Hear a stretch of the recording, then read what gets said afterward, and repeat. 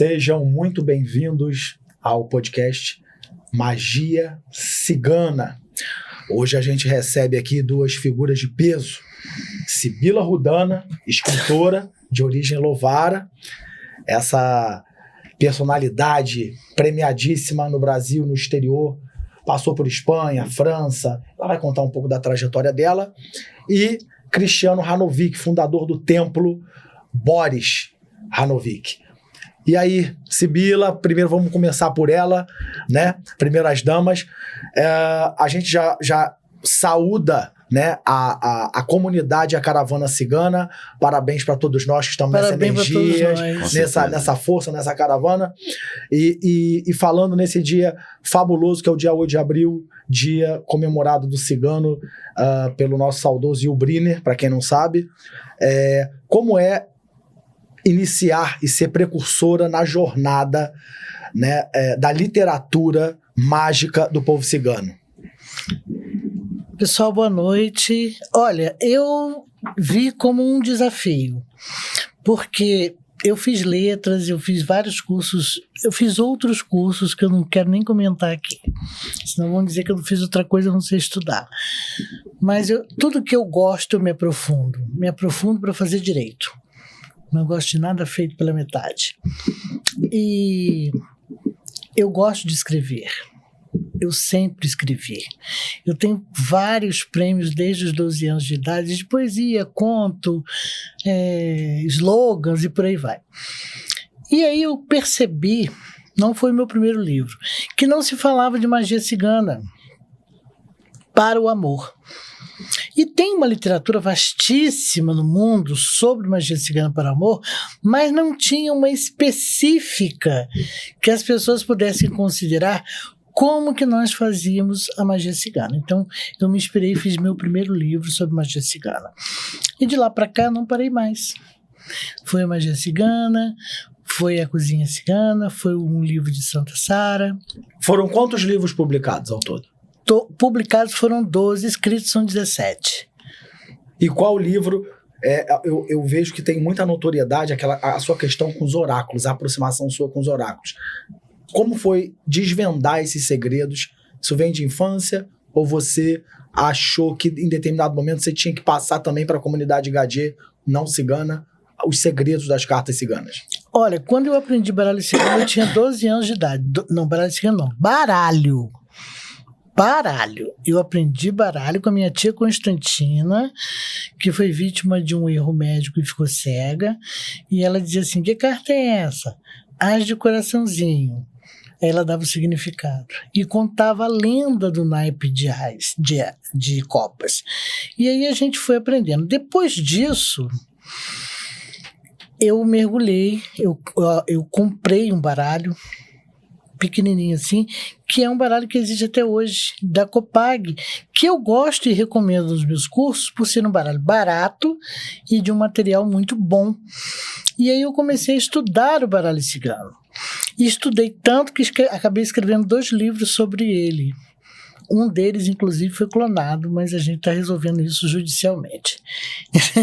Não é só Paulo Coelho que é clonado, não, gente. Eu também sou. Enfim, descobri numa feira um livro clonado, com o nome da minha antiga editora. Aí fizemos o baralho, que está aí, que eu trouxe para você, que foi uma homenagem à presença cigana nos 500 anos do Brasil. Porque nós, nas nossas pesquisas, e até no Departamento de Pesquisas da Sorbonne, o que se tem notícia é que os ciganos que vieram para o Brasil, primeiro não tinha esse nome, né, de cigano, eram indianos. Ninguém sabia que eram ciganos. Esse nome ciganos foi dado, assim como os indígenas, por quem não é da raça. Sim. E aí, esses ciganos, que é uma corruptela de egiptano, Tsigane, por aí vai, Zingor, etc., eles foram denominados ciganos somente depois, muito depois, de que vieram para o Brasil. Que a migração já estava... Não, vieram antes. Não, antes disso, quando eles chegaram na Península Ibérica, eles eram egiptanos, eles eram indianos. E aí Cabral, muito esperto, pegou uma porção e veio com ele para cá. Tanto que chegou o primeiro cigano, né? O João Torres, né? 1547. 1547. Então, já é uma informação histórica aí trazida por João Torres veio com muitas pessoas numa comutação de pena com Dom Sebastião III para o Rio de Janeiro. Só que com eles havia mais de 200 ciganos. Então, alguns foram para o Maranhão, outros foram para o Centro-Oeste, outros ficaram no Rio de Janeiro, outros foram para Minas Gerais, mas a maior concentração cigana em Minas aconteceu no final do século XVIII, com a vinda da família de Jan Nepomuceno Kubitschek.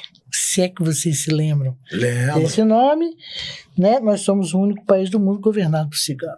Sim, e a coisa mais interessante, né, além da família Kubitschek que chegou ao poder, né, nosso presidente Juscelino, a nossa querida escritora cigana Sibila, que está aqui, ela vem de uma linhagem húngara, Lovara, que isso é bom a gente falar.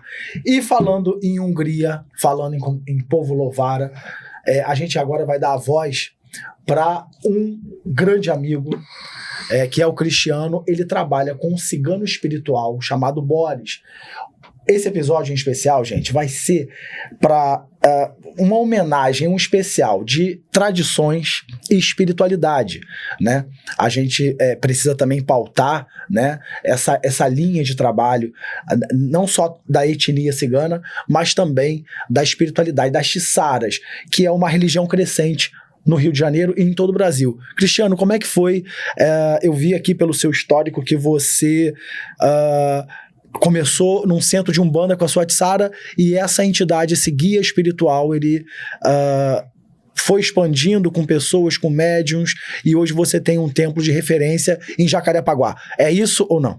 Então, a gente começou... Na verdade, a história começou há 20 anos, esse ano completa, em dia 10 de agosto, 20 anos da minha primeira incorporação com o Boris. Quando a gente começa a espiritualidade, a gente tem uma visão muito deturpada do que é essa relação com os espíritos, né? Uhum. Talvez pelo encantamento, talvez por toda essa questão que é colocada sobre as cores, sobre todos os elementos. Então a pessoa acaba se iludindo muito com relação a isso, né? Então, quando eu comecei o trabalho espiritual, eu fui um deles. Eu entrei naquela questão do poder, da energia, e graças a Deus eu tive um mentor muito sábio, e a primeira coisa que ele falou pra mim é: você não é digno de trabalhar comigo, na minha primeira incorporação. E eu fiquei louco, porque eu senti toda aquela energia, todo aquele poder, né? Aguçou minha vaidade, que era uma coisa muito forte em mim, e esse mentor nunca mais voltou. O mentor Boris? O mentor Boris. E eu comecei a trabalhar a espiritualidade. De repente apareceu um outro mentor chamado Ferran, que era um cigano, um beduíno, e eu não estava nem aí para ele. Durante esses 2 anos de desenvolvimento, eu, por saber que o Boris era um barô, e isso para mim tinha um peso muito grande, só que com o tempo passando, Boris não vinha, só tinha Ferran, que era um cigano qualquer. E com o tempo vai passando, a gente acaba entendendo que essa espiritualidade não vai voltar mais. E foi quando eu comecei a abrir meu coração. E aí eu comecei a querer trabalhar com o Ferran, entender o que era o Ferran e amar o Ferran. E percebi uma das coisas mais importantes é que toda a espiritualidade é igual em sua manifestação. Cada um tem um ensinamento, cada um tem uma forma de trazer a sua essência para aquilo que a gente precisa aprender na nossa vida. E para minha surpresa, eu já não queria mais o Boris, porque eu estava muito feliz com a minha espiritualidade, quando o Boris veio no meu sonho dizendo que naquele momento em diante eu estava pronto para trabalhar com ele, porque eu tinha aprendido a primeira mais importante lição espiritual, que era a humildade. Todos nós somos iguais. E aí eu não queria mais o Boris, porque eu já estava encantado com a energia do Ferran, porém, feliz e triste ao mesmo tempo. Foi quando essa estrada começou. E estamos aí completando 20 anos. Começamos realmente num centro espírita de Umbanda, onde foi aberto um espaço. Durante 1 ano exato, o Boris anunciou em uma bela salamandra, dia de Nossa Senhora Aparecida: precisamos montar o acampamento e seguir nossa estrada, porque nosso dia chegou aqui. Nós não tínhamos nem para onde ir. Foi uma salamandra que avisou para ele. E procuramos nosso espaço. Hoje nós estamos, na verdade, na Rua da Capela, né, Tsara Hanovic, e conseguimos comprar o espaço, né? Rua da Capela fica... 320 em Piedade. Ah, é Piedade. É, Pertinho Piedade. de mim. Pertinho. Pertinho.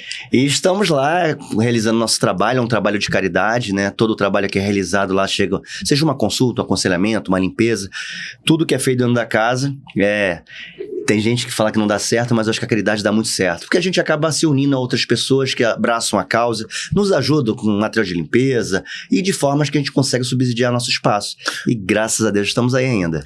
E você fez uma arrecadação grande na sua Tsara para doação no acampamento do povo cigano Calon. Como é que foi isso? Foi uma experiência bem interessante, eu nunca tinha ido a um acampamento. E a gente conseguiu vivenciar lá toda a realidade, né? Quando a gente está dentro de uma tenda cigana, a gente imagina que tudo isso se expande a qualquer lugar que você vá. E o mundo é para todos, né?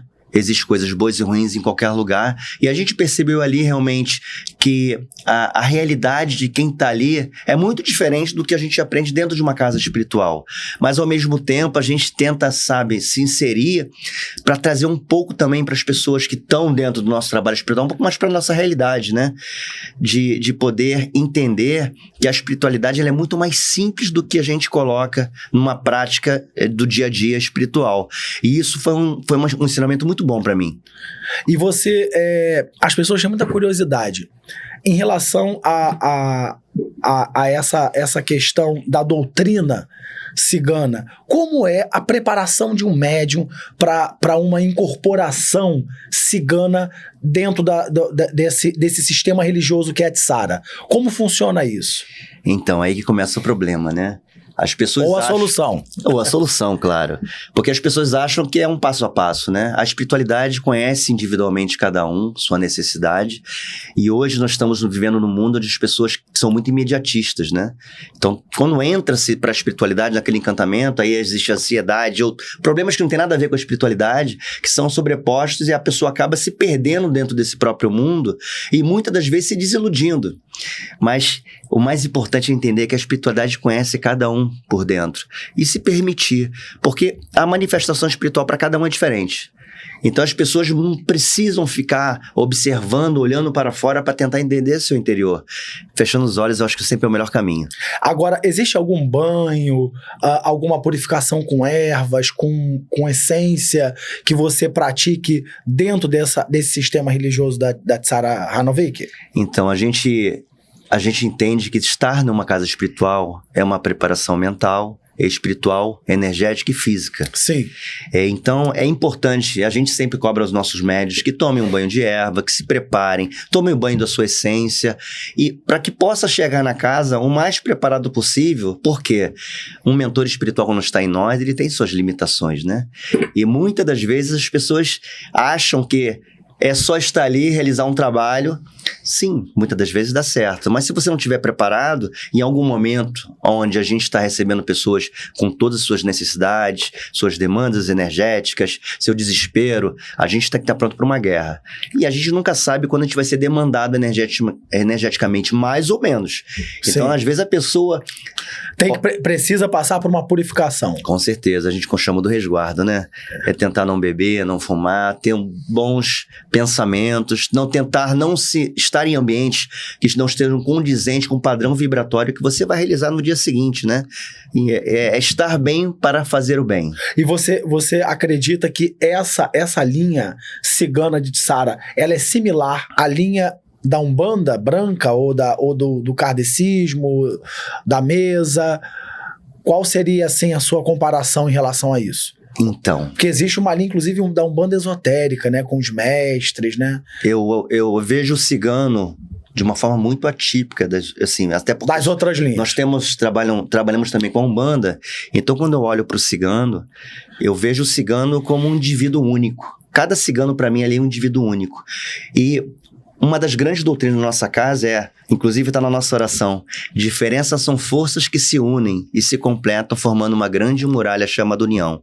Então a nossa força está na diversidade. E eu vejo o cigano como diversidade.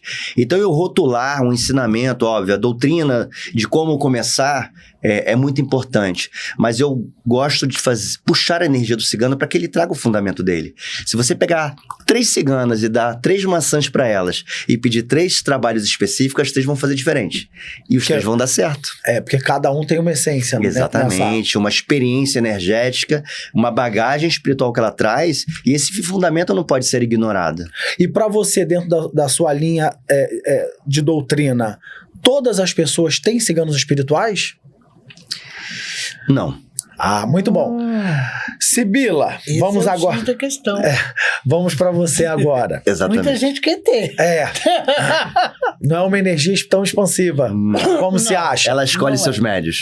Porque os ciganos espirituais são ancestrais. É bem diferente de guia. Exatamente. Agora, Sibila, vamos agora para você com essa questão. Você é muito ligada ao estudo de Santa Sara Kali. A gente está entrando no mês do povo cigano. Você escreveu um livro chamado Santa Sara de Todos os Ciganos. Qual foi a passagem que mais te marcou quando você chegou na Europa? Você tem uma passagem, você conta que você foi a um museu. Como é que foi essa experiência? Olha, essa parte de ir a o livro de Santa Sara me chegou por vias muito tortas e por informações muito equivocadas. Vamos ser gentis, né? Sim. Mas quando eu consegui ir à Europa e quando eu vi que a coisa não era nada daquilo, eu fiz o outro livro para reparar o primeiro. Também fiz porque não havia nada sobre Santa Sara. O Virgem Sara de Todos os Ciganos. O Virgem Sara de Todos os Ciganos. E qual é a sua ligação com a escultora Neide Marçal? Nenhuma. Nenhuma. E aí, eu quando conheci do passado. É do passado. Não tem. E aí, quando você chega na Europa... Quando nós chegamos na Europa, nós fomos escarafunchar. Sim. Como diz o povo. Aí eu conheci o chefe do turismo, conheci os padres, porque a gente tem que ir atrás. Na França ou na Espanha? Na França. Na França. Em Saint-Marie-de-la-Mer. Já no sul da França. Já no sul da França. Aí fui parar na biblioteca de Arles. Por quê? Porque a embaixatriz Alicia Rainho Neves Sim. fez umas traduções para mim. Sim. E pediu que eu fosse a fundo naquelas questões que ela havia traduzido, porque ela tinha ficado em Paris. Ela foi embaixatriz do Brasil no país. Sim. Em Paris.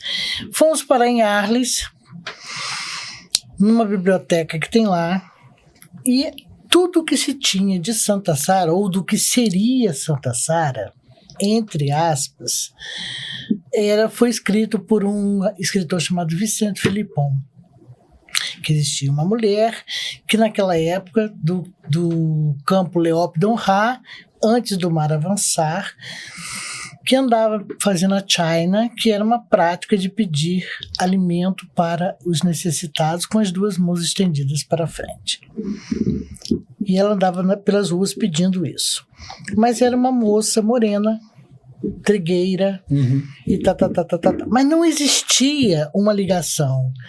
O que eu estava buscando era uma comprovação desta figura com as Marias. Porque se fosse a mesma figura, nossa, o problema estava resolvido. Mas não tinha nada que ligasse as 2 pessoas. Tá? Sim. E aí nós continuamos a pesquisar. E alguém chegou para mim e disse assim: se você quiser ver o que era Santa Sara, você tem que ir no Museu de Santa Sara e no Museu do Barão de Baroncelli, que foi quem introduziu a procissão de Santa Sara. E esse museu fica onde? Em Saint-Marie-de-la-Mer. Em Saint-Marie-de-la-Mer.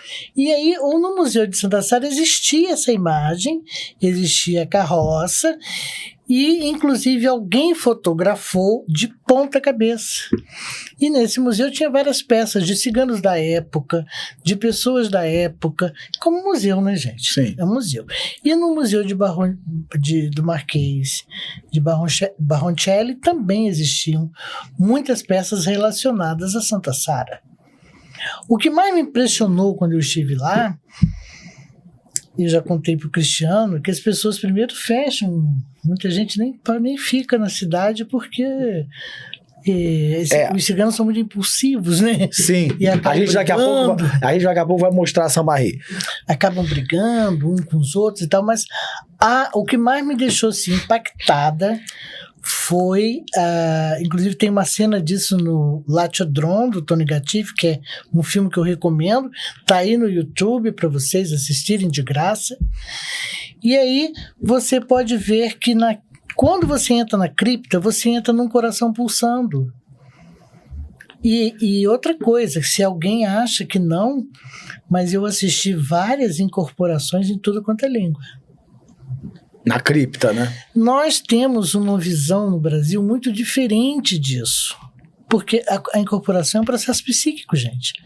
Não é uma molinha, um liga e desliga. Você tem um dom psíquico, eu tenho outro, ele tem outro. Tem gente que tem 3, 4. Eu ouço, você não ouve, mas escreve. Você vê com o olho fechado, ele vê com o olho fechado.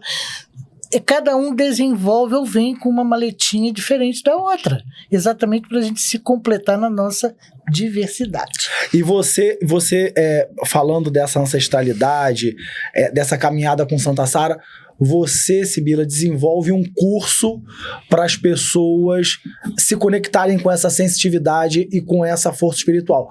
Como funciona esse curso? E explica para as pessoas como chegar até você. Olha, o que as pessoas buscam é uma vivência e a gente, infelizmente, tem que primeiro varrer a fantasia da cabeça de todo mundo. A fantasia que a mídia fez questão de plantar e que a gente até agradece, porque chamou atenção, deu visibilidade a alguém que era esquecido, né? Sim. Assim como os índios, os pequenos povos. Mas a fantasia, gente, vai até um ponto. As pessoas têm que saber distinguir o que é ficção de realidade, sabe? E a vida não é de fácil para eles. Então a gente consegue mostrar para as pessoas que existe uma importância muito grande nas coisas de Santa Sara. A própria igreja, quando eu fui fazer uma entrevista com o pessoal da igreja, eles disseram o seguinte: nós não temos nada que prove a existência de Santa Sara. A Igreja Católica. A Igreja Católica. Mas por isso que eu fui para Arles. Mas desde o momento em que nós traçamos a linha histórica, a gente viu que Santa Sara, por isso eu coloco o retorno da deusa pelas mãos dos ciganos, tem muito mais a ver com Gaia do que com uma pessoa. Tem como personagem santificado, o que você quer dizer? Porque esse personagem santificado é o personagem que a igreja apresenta. Isso é importante falar. Mas, historicamente, nós não temos nenhum relato da existência de Santa Sara. E você acha que, por exemplo, no livro sobre deusas de Maria Helena Farelli, ela descreve que Santa Sara teria uma ligação com Kali. Você acredita nisso? Acredito. Acredito. Piamente. Piamente. Se eu nunca li nada de Maria Helena, que eu nunca tive essa oportunidade... Essa é a única coisa que você acredita. Eu acredito. Acredito porque o retorno da deusa pelas mãos dos ciganos passa pelo resgate de Kali. E Kali, pra mim, pessoal, particularmente, uma hora eu vou contar aí que eu vou trazer uma família indiana, inclusive que foram os consultores do Caminho das Índias de Glória Pérez, que são meus amigos, e eu vou falar sobre a deusa Kali, que é uma deusa, pra mim, poderosíssima, de uma energia, assim, Sim. surreal. E você tem uma herdada de uma pessoa muito especial. Sim, graças a Deus. Porque você perturbou tanto. Exatamente. E falando em pessoa especial, vamos mostrar uma pessoa especial aí hoje, agora? Produção, tá aí, eu gostaria de mostrar o 8 de abril, dia do cigano, lá em São Paulo, onde eu tive o prazer de ser orador, pelo convite da ativista cigana Lu Inayá. Então, aconteceu em São Paulo hoje, essa gravação é dia 8 de abril, dia do povo cigano. Esse foi há 3 anos atrás. E aí do meu lado tá Adriano Esbano, Marcelo Vassite, Nardi Casanova, uma cigana Kalim do acampamento do Sandro, acho que é a filha ou a nora do Sandro, e o Beto da Casa Shiva. Então, em memória... por esse dia de hoje, a gente está trazendo essa imagem. E a próxima imagem, aproveitando esse gancho da Sibila, nós vamos trazer essa foto. Tem muito isso lá, muitas carroças, exatamente. muitos trailers. Isso aí, eu dançando em Saint-Marie-de-la-Mer e a Romá dançando comigo. Essa menina que tá de vermelho com vinho, né, que é uma roupa até que você tem parecida, ela veio da Índia, do Rajastão.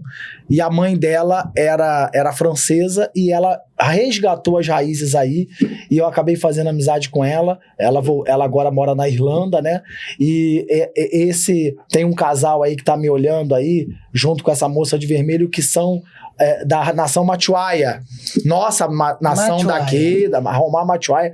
E eles estavam ali, fizeram amizade comigo, me ajudaram muito, me botaram pra ar. Então essa mesa aí, esse acampamento cigano foi muito legal em Saint-Marie-de-la-Mer. E é tudo assim, muito à vontade. Muito à vontade. Bonito. Muito bonito. Muito colorido, né? Tem gente que tem implicância, porque a Europa não é esse sonho dourado que é o Brasil para os ciganos, né? Sim. É uma coisa muito diferente. Inclusive a Márcia Gaia, hoje, quer dizer, o programa da Márcia Gaia com Zuleika de Castro vai ao ar no YouTube às 9 da noite.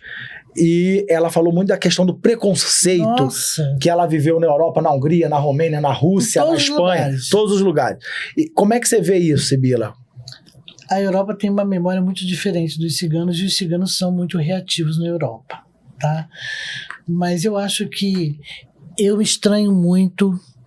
Tem gente que me critica por isso. Eu fui para a Noruega, teve preconceito. Fui para a Suíça, teve preconceito. Fui para a Grécia, tive preconceito. O único lugar que eu fui que não teve muito preconceito foi na Croácia. Tá? Na Espanha, eles ficam de olho como se você fosse... Porque eu sou estrangeira, né? E eles não sabem muito bem como que a gente lida aqui fora. Então, eles são muito preconceituosos.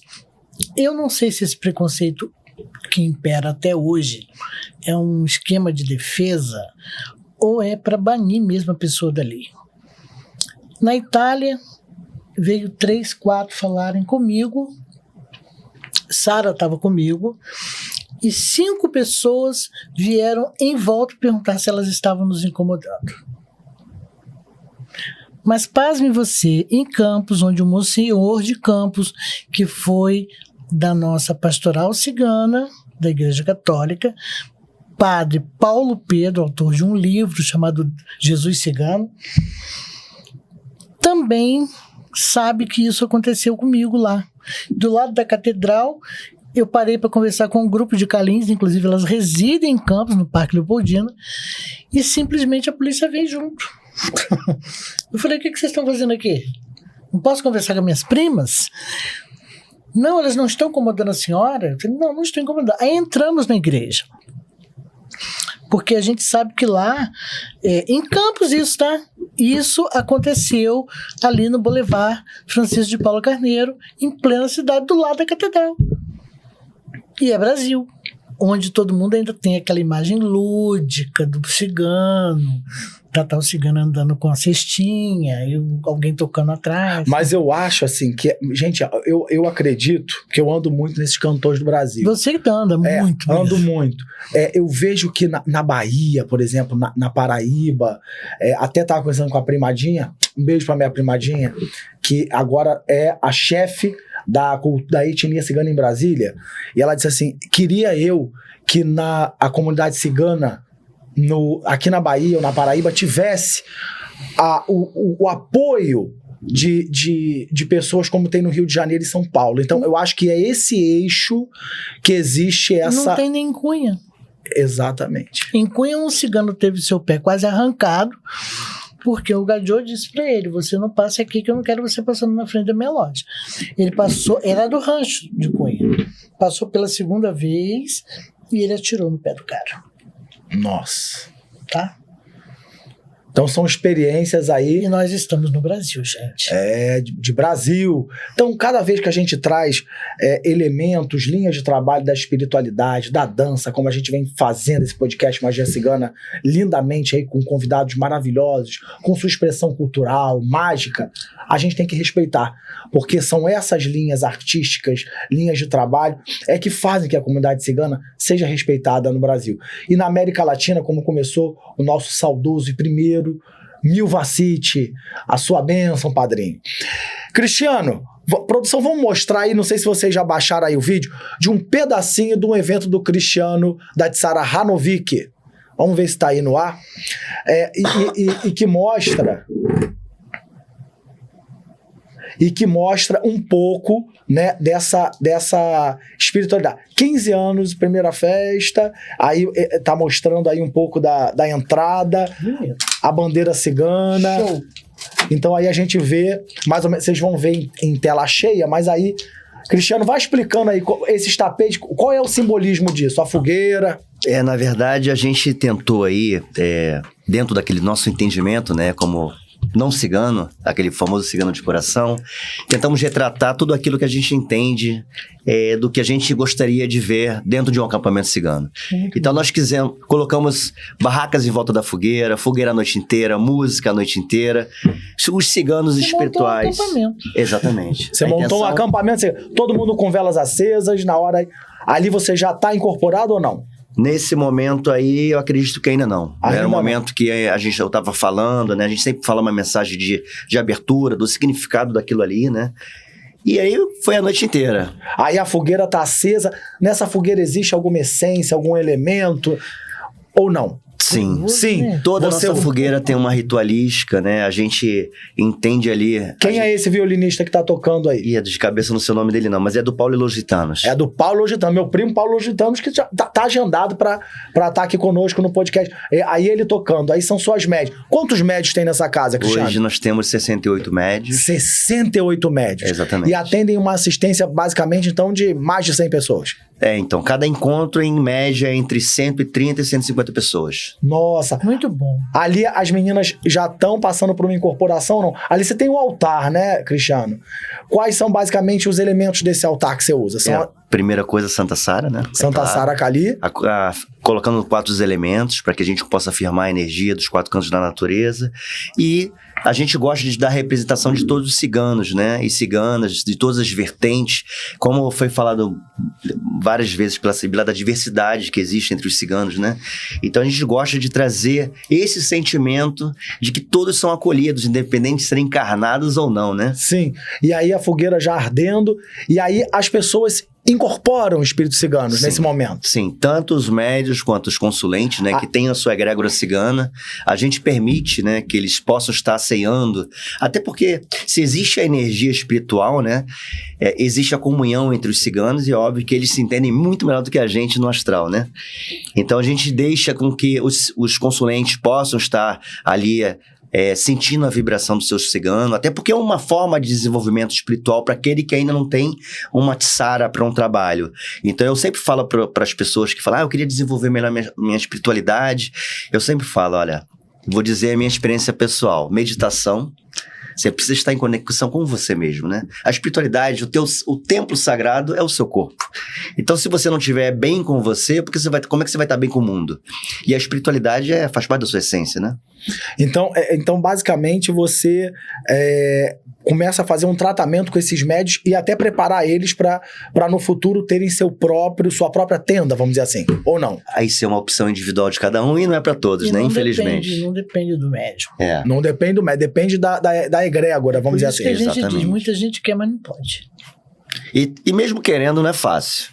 Porque não é só montar uma casa e trabalhar com cigano, né? Você monta uma empresa praticamente.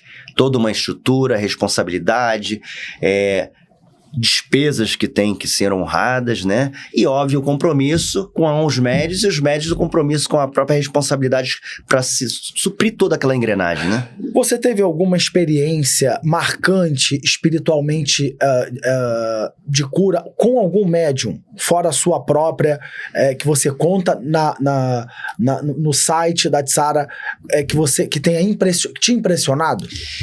A gente tem muitas experiências boas e lindas, né, com os consulentes, né? A gente, quando está ali dentro da nossa engrenagem de trabalho, a gente está recebendo as pessoas, né?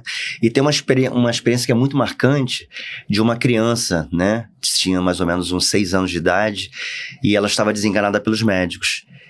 E a mãe, muito desesperada, veio até o Boris e pediu ajuda dele. E quando o Boris segurou na mão da criança, ele falou assim, não tem morte no caminho dele. ele vai ser curado. A doença dele ainda não foi descoberta, mas ele vai ser curado.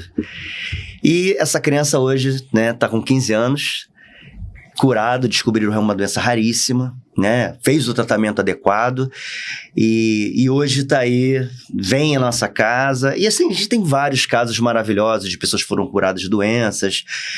Então assim, quando a gente faz um trabalho que não é fácil, é um trabalho muito árduo, né? É muito gratificante, mas é muito trabalho. Essas coisas que nos validam, sabe?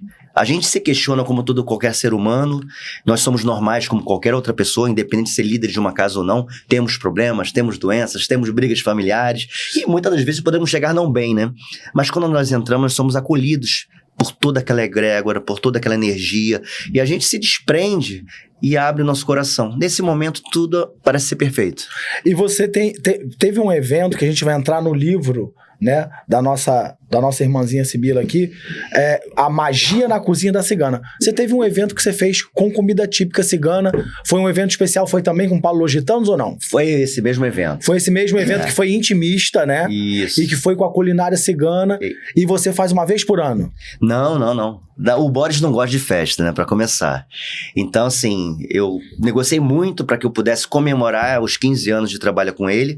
Inclusive, dia 10 de agosto agora, a gente vai fazer novamente esse mesmo acampamento cigano. Já 10 agora? 10 de agosto. 10 de agosto. À noite vão ter shows aí, a gente tá contratando aí nas bandas, fazendo toda uma infraestrutura, pretendemos fazer também as comidas típicas. Qual banda que você pretende levar? Então, eu tô negociando lá com... Ai, meu Deus, me deu um branco agora. Fúria Ritana. Fúria Ritana. E tem uma outra que eu tô quase fechando ainda, que é do Rodrigo, que eu esqueci o nome da banda dele. Luma Mágico, uma coisa assim. Mais ou menos isso. O nome é diferente. Mas assim, eu gostei muito da pegada de música. E eu acho que... Que é bem húngara, né? Bem Boris. Exatamente. Bacana. Um abraço pro Rodrigo. Um abraço, Rodrigão. Eu estaria lá. Mas aconteceram 3 eventos, inclusive eu já vou me desculpar aqui no programa, que foi da Carmencita, sexta-feira, da Debbie Maia no sábado e da Lúcia Sons no domingo. Eu tive responsabilidade de estar nos 3. Um como participação especial, Carmencita teve aqui no programa, inclusive tá imperdível esse episódio com ela. A Debbie eu seria jurado e a Lúcia Sons eu fui consultor dos premiados do Prêmio Vacite. Só que eu fui acometido por uma virose, aquela virose com diarreia, infelizmente não pude. Mas foram 3 eventos assim imperdíveis. E o do Rodrigo foi no dia... o Rodrigo foi, acho que foi na quinta, né? Acho que foi nesse dia. Então eu acabei perdendo também um evento. Acontece, né? Com certeza. Acontece, Cristiano. Agora, voltando para a cozinha cigana, para esses eventos especiais. Você ainda continua com a cozinha Barém, com a cozinha Rudana, com essa arte de fazer a comida cigana, e você escreveu esse livro tão bonito, com a ajuda de tantas romeagens. Você já viu como é que é esse livro, Leandro? Sim, claro. Um livro cheio de receitas aí, mostrar pra vocês. Os desenhos são meus. E eu vou querer um livro desse aí, hein? Você vai querer? Vou tentar implantar isso na nossa tenda. Aguarde. Ótimo. Então, e você você continua fazendo a cozinha, a culinária. Vê quando é que ele foi editado, pra você ter uma ideia. Vamos lá, vamos ver a edição aqui. 2001. Pois é, esse livro foi editado em 2001. Ele é o primeiro livro de culinária cigana das Américas. Não havia nada antes de eu escrever isso. Entendeu? Nossa. Não havia nada. Então, por exemplo, a mãe do Yuri me deu a receita do balo. A Edith. A tia Edith me deu um monte de receita. Minha mãe me deu a receita de todos os licores, geleias e pães.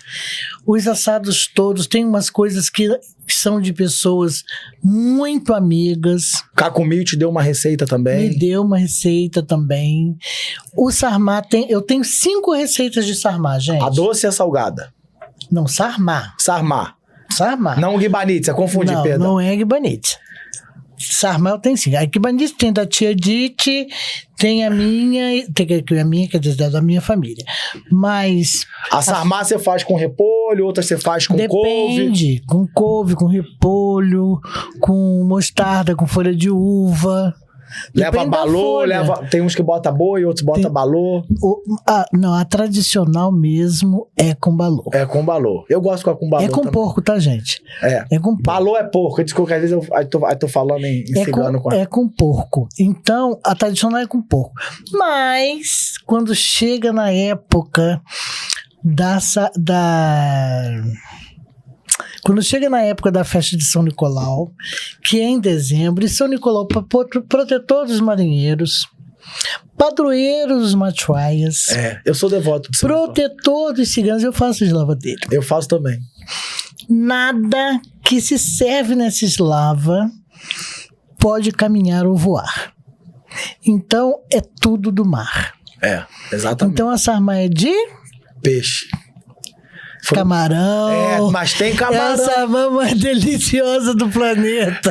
Não, a Bebidora faz ela que faz a comida da Sarmá de São Nicolau. E ela faz o lagosta, faz peixe. Que delícia. E faz camarão e faz peixe assado. Nossa, o peixe assado que a gente faz na folha de bananeira, com manteiga e alcaparra, uma Tô delícia. ficando com fome já, hein? Pois é, a gente vai abrir um restaurante cigano e a gente conversa com você. Exatamente. Eu acho que vai casar isso aí, hein? Acho que vai casar. Fazer um restaurante cigano, nem que seja uma vez por semana, né? Acho que vai casar. Final de semana, restaurante cigano. E existe uma lenda na Serbia que diz que a palavra machuaia, inclusive o próprio Cláudio uma vez falou isso, não sei se foi Cláudio Ivanovic, se foi alguém, ou Tchesquita, alguém falou, que macho é peixe. Sim, mas então, é peixe. Aia, machuaia, povo do peixe. Povo do peixe. Então eu acho que tem isso. E falando em São Nicolau, você tem um projeto de ir pra Bari. Eu já tive em Bari e vou voltar a Bari. Fala pra eles como é que funciona isso. Bari fica no sul da Itália, tá? Eu tive um mergulho, uma imersão com a ciganada de lá, que a magia lá pega fogo, gente. Não é magiazinha assim, não é uma coisinha simplesinha, não. Magia pega fogo, a magia na alma. Não é aquele pessoal que vacila pra fazer magia, entendeu? Aquele pessoal que diz, joga esse ouro no mar, que isso, tal coisa vai acontecer. E você tem que jogar sem dó e piedade. E você já fez isso, você sabe que é assim. Sim. Então, são coisas de valor que a gente se desprende. Tem magias desse tipo. Sim. Agora a gente quase se afoga, né? Porque mergulha tanto que é um negócio de doido. E são rituais muito marcantes. E você volta em Bari quando, pro povo saber? Fala aí pra eles. Até setembro eu tenho que estar lá.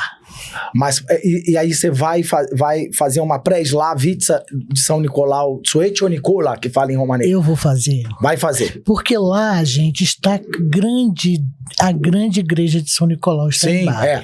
São Nicolau de Bari. E pra mim, eu acho que São Nicolau tão Bartalô, não que os outros santos não sejam. Ele é Bartalô pra caramba. São Nicolau é tão Bartalô é aquele que traz sorte, que ele é a versão do Papai Noel. Não, ele deu origem ao Papai Noel. Aí tem uma lenda celta aí, que a falecida Elke Maravilha contava, nada a ver, a igreja se retratou realmente em São Nicolau, inclusive a imagem dele comprova isso. A imagem As comprova. figuras comprovam. Sim. Um homem de vermelho, né, só aquele vestido de bispo, com várias crianças em torno dele e ele distribuindo presentes. Eu acho que a Elke, eu assisti esse programa. Mas tem essa lenda assim. Sim, ela quis colocar a origem talvez do Natal. E ela confundiu a origem do Natal com o Papai Noel. Acho que foi isso.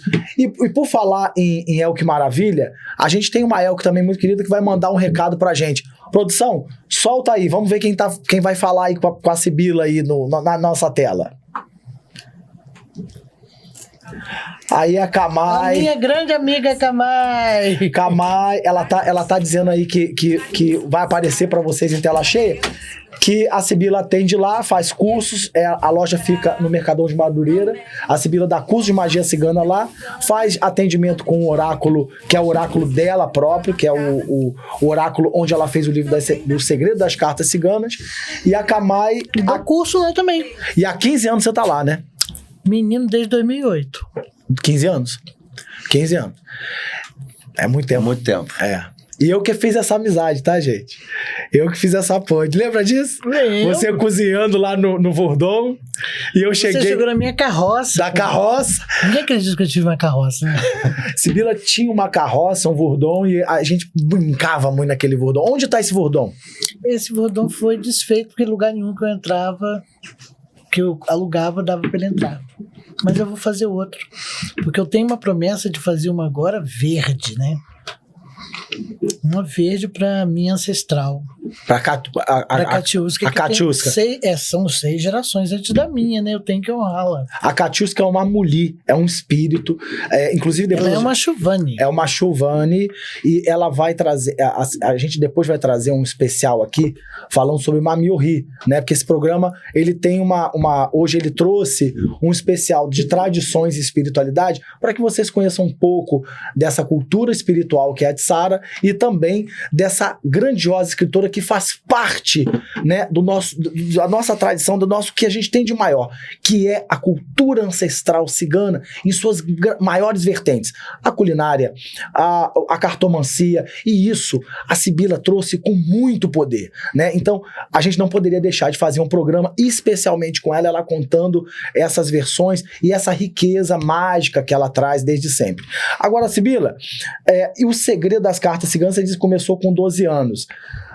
Tem um trabalho preferido que é o que mais vende, é o Segredo das Cartas Ciganas. Mas tem algum livro, algum trabalho preferido que você diga assim, esse deu prazer, deu satisfação de criar? Você é muito interessante. Como é que você quer que eu escolha entre meus filhos aquele que eu gosto mais?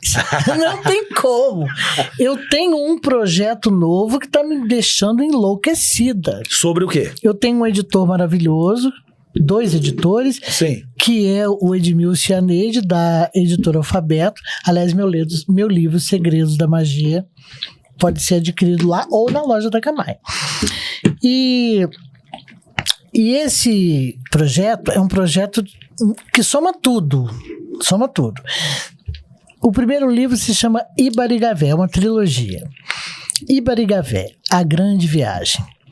A histórica diáspora dos ciganos da Índia ao Brasil, mitos, tradições e cultura.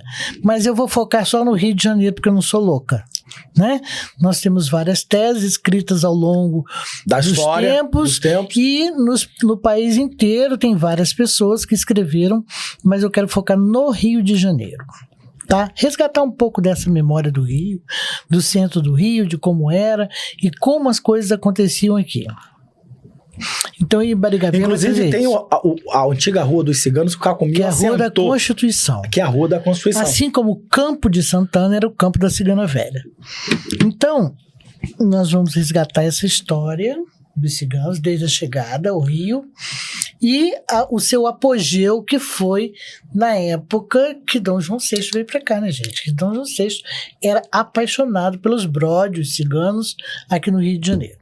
Então a gente vai fazer isso e junto com isso nós vamos trazer um livro que se chama A Egrégora Cigana. Como cuidar de seus ciganos espirituais. Por que eu vou trazer isso? Como tem da Ana da Cigana Natasha. Eu tenho esse trabalho há muitos anos. Mas nunca escreveu sobre isso? Não, eu tenho esse trabalho escrito há muitos anos, porque eu dava curso. Só não editou? Curso, não editei. E esse livro, o da Egrégora Cigana, eu quero escrever pelo seguinte. Eu quero editar porque ele já está pronto. Primeiro porque ele foi totalmente ditado. Tipo assim, senta aí que eu vou te falar como é que é. Eu quero assim, assado, cozido. Eu não inventei nada. Eu não criei nada. Eu não fui no astral para saber como é que era. Foi quando um cigano muito velho, muito antigo, disse assim, a senhora já leu a Bíblia? Um cigano rom físico ou espiritual? Espiritual. Ah, né? Espiritual. Eles conversam mais comigo do que os físicos. Os mulê. Os espíritos. Que muita gente tem medo, mas que a gente é mulê encarnado, gente. Sim, pelo amor de Deus. Nós somos mulê, sim. Aí, só que tem uns bonzinhos e tem outros que não são tão bonzinhos assim. Exatamente. Aí ele disse assim, está na Bíblia, um filho herdará o crime do seu pai. Eu falei, gente, vou pesquisar. Aí tem Gênesis, em número, mais ou menos assim, eu sou um Deus zeloso, que observa a iniquidade dos pais nos seus filhos até a 3ª ou 4ª geração. E vocês acham que a gente vai cobrar isso como? Se houve a desorganização lá atrás, como que você vai cobrar isso aqui? Muitas vezes você passa por coisas que você não sabe por que está passando. Aí foi que ele disse assim: nós estamos aqui na missão de ajudar vocês a passar por isso. Então, esse ancestral que não está aqui para dançar e tomar vinho, que muita gente acha que é só para isso, fazer carnaval cigano e performance, né? Eu tenho pavor disso, Deus me livre. Esse ancestral cigano, ele é que dá o suporte para que ele se eleve e eleve a sua egrégora pessoal, a egrégora da sua família. Quando você resolve um problema lá atrás, que veio lá de trás e está resvalando na sua vida, você cura a sua família. Esse é o aspecto mais bonito da participação deles, e as pessoas estão deixando isso passar como se fosse rolha boiando. Por quê? Porque não querem aprofundar, não querem perguntar o que é, não querem dizer como é que faz, não querem ouvi-los. Então você acha que a sua missão, sua próxima missão, seu próximo projeto é justamente levar um pouco desse conhecimento espiritual que você tem de anos? Roberto, eu vou escrever sobre isso porque eles pediram. Mas você não acha que se você desse cursos em Tissara, como você já fez em algum tempo... As Tissaras não querem isso. Cristiano, fale por você. Não, as Tissaras... Não estou falando do Cristiano, não. Sim. Deixa o Cristiano de lado. O Boris é meu amigo. Deixa ele. Não estou falando disso. A maioria das pessoas não querem isso. A maioria das pessoas querem a fantasia, a brincadeira. Eu estive, numa das minhas caravanas, eu tive uma pessoa trazida pela Sara Nájila, que a cigana dela incorporou, e quando ela viu todo o processo, ela disse: é disso que eu preciso. Foi o espírito que falou que precisava, não fui eu. Entendeu? E nunca mais eu vi essa criatura. Então, eu sei que é disso que precisa. A gente, em nossa casa, a gente tem uma preocupação imensa com essa questão da fantasia, por exemplo, de pessoas que vão trabalhar com seus ciganos e cada encontro está com uma roupa diferente, né? Não precisa. A espiritualidade não precisa disso. Não é assim, na verdade. Eu falei da minha história no início, né, da minha questão da vaidade, e eu muitas das vezes eu comprava roupas pro meu cigano e ele falava para mim: eu uso uma calça marrom, um colete e uma blusa branca. E óbvio que a gente, inicialmente, né, a gente acaba querendo o melhor, mas esse melhor, talvez, de uma forma muito deturpada. Porque, às vezes, ouvir, todo mundo, os mais velhos sempre falam, ouça mais e fale menos. Então, a gente quer ter ação, mas a gente não se preocupa em entender o que a espiritualidade quer de nós. Aí, no final das contas, você não entende porque tudo está errado. Esse é que é o grande problema. É verdade. E ainda julga a espiritualidade, que é o pior, né? É verdade. Da culpa é eles. Da culpa é eles. Agora, você tem... Então, esses livros são 3. O Ibarigavé, que é a história física, né? Como viemos parar aqui no Rio de Janeiro? Eu vou tentar ser muito sucinta porque eu escrevo para um povo muito simples. Embora eu seja acadêmica, eu não gosto do linguajar acadêmico. Se eu gostasse, eu fazia doutorado para poder especificar mais as coisas. Mas eu vou fazer vou incluir nesse livro tudo. Por que eu vou fazer isso? Porque eu não vou fazer mais caravana, Roberto. Não. As pessoas não querem, vamos mandar tudo para ele. As pessoas não querem se mexer para melhorar como seres humanos. E a minha paciência está desse tamaninho. Tá acabando. Quer deixar tudo na mão quer agir dessa seguinte maneira: ah, mas eu venho na caravana, eu participo dos balaios ancestrais, eu participo da mesa de confraternização, eu faço todas as rezas de Santa Sara, eu não sei o que, não sei o que lá. Tá tudo bem, querida. E chama pra varrer um chão. Não vai. Chega de shortinho na hora de começar o negócio. Não quero isso para mim. Essa é a maior aprovação. Eu não estou lidando com criança. Se eu estou ali abrindo minha casa, acolhendo a todos, oferecendo a estrutura da casa sem um centavo de retorno. E você ali sempre fez, que eu fui numa Slavitsa de São Jorge que você fez, né? Você fez de São Jorge? Foi São Jorge. São Jorge ou São Não, Nicolau? São Jorge. Não, São Jorge. São Jorge é padroeiro do meu clã. Ah, São Jorge é o padroeiro do Além de ser padroeiro dos ciganos na Europa. São Giorgiodon, que chama em romano. São Giorgio mesmo. São Giorgio. E aí você chama, as lavas de São Jorge, a gente come de tudo. Principalmente o bacro. Bacro, que é o cordeiro. Principalmente o cordeiro. E se tem uma música que foi feita pelo Gojan, que é a Ederleze, cantada em prosa e verso, nas cerimônias de São Jorge. Ederleze. Exatamente. Você gosta dessa música? É a sua cara. Eu gosto de tudo do leste europeu. Eu gosto de tudo. Não é que eu não gosto de rumba. Mas veja bem, eu gosto mais do leste europeu. Tá no sangue da Hungria. Fazer o quê? Vem de lá, o Rat Romano.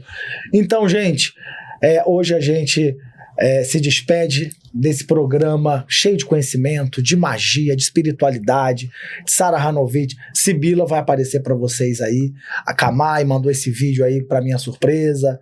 Muito lindo, tudo muito mágico, mas é preciso sempre lembrar que é preciso estudar. Leia Sibila Rudana, leia Kátia Fonseca, né? O Enterre-me em Pé, A Grande Viagem dos Ciganos. Lindo esse livro, né? Leia as poesias ciganas. Existe muito o Franz Monen, existe muita literatura bonita que a gente pode... Que traz informação. Que a gente pode conhecer um pouco da comunidade cigana e ela fazer parte de todo. A gente está fazendo esse programa, transmitindo para a página Mundo Cigano, para 500 mil de seguidores e também para o nosso novíssimo canal do YouTube. Então, Cristiano, suas considerações finais, pode falar aí, convidar para a sua Sara. Quero agradecer por essa honra de estar aqui presente. Você é um grande amigo, pela oportunidade de estar ao lado dela. Já nos encontramos, mas nós não conversamos dentro de um acampamento cigano, né? Nós estávamos na tarefa. Ele pegou as doações, foi levar. Eu levei as minhas doações, quer dizer, do Arcanos, né, do grupo. E aí ele estava trabalhando, não quis interferir no trabalho dele. Então porque existia um trabalho, a ativista cigana Luinayá, do estado de São Paulo, ela na época da pandemia, ela fez uma rota. Inclusive, ela é uma grande ativista e ela delegou para algumas pessoas. Infelizmente, nesse período, eu tinha acabado de fechar uma parceria com a Fundação Turizíndio. Então, Lu Barcelos e Álvaro Alvarez, eles começaram a desenvolver esse trabalho, levando para os acampamentos ciganos, né, mantimentos enfim, e tudo isso. Então, a partir desse movimento, o Álvaro despontou uma jornada de trabalho intensa, com a ajuda de grandes amigos, como o próprio Paulo, né, que fez essa ponte com a Sara Hanovic, e outros grupos, né? Então, basicamente, a história é sempre começar e fazer algo para ajudar, né? O povo cigano calão em sofrimento precisa sim de ajuda e de ativistas. Então falei da Luinayá, mandando já um beijo para ela lá de São Paulo, uma pessoa muito guerreira, que eu admiro muito, e eu dizia que ela sempre exigia muito de mim, e nem sempre eu consigo, mas a gente tá aí nesse programa, nessa tarefa árdua, quer levar um pouco da cultura. Eu acho que vocês vão gostar muito dos episódios, não só da dança, mas também das tradições, da espiritualidade, né? Vamos receber aqui também Valrei, tá chegando, trouxemos aqui tantos nomes legais, Fernando Randall, vamos trazer Rodrigo Garcia, justamente para isso, para a gente desmistificar, para a gente trazer o conhecimento, para a gente trazer a cultura, para a gente trazer a magia cigana e trazer um pouco de vocês para esse mundo, nosso mundo, mundo cigano. Até o próximo episódio.